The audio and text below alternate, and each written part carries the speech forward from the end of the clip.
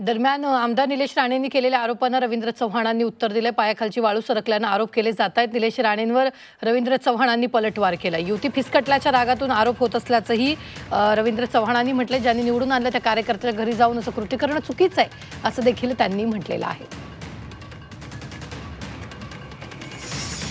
गेले 5-6 दिवस पायाखालची वाळू सरकलेली आहे, त्यामुळे असे सर्व प्रकार ते करतायत।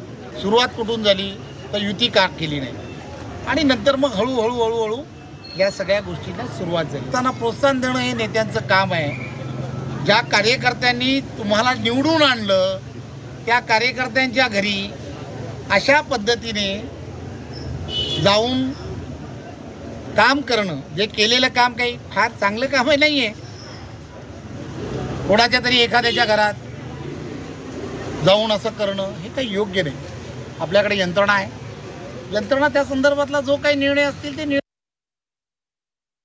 माझ्या पायाखालची वाळू जर सरकली असती तर एवढे पैसे तुम्ही वाटले असते का?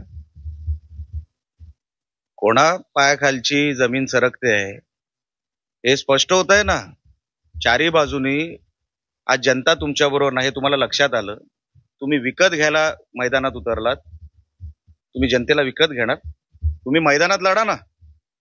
कोण सांगतंय आपल्याला? म्हणजे जर आपण काही लोकांसाठी हितासाठी काहीतरी करायला गेलो तर तुम्ही माझं नाव इकडे तिकडे जोडणार। मी अजून आदर तुमचा सोडलेला नाही साहेब, मी आजही तुमचा आदर करतो, पण निवडणूक लढायची ही पद्धत नाही। हा माझा जो विषय आहे ह्याच्यावर बोला। मी काय करतो? चला मी लहानच माणूस आहे साहेब, मी मान्य केलं मी लहान माणूस आहे। तुम्ही असं का करताय? तुम्ही तर मोठी लोक आहात।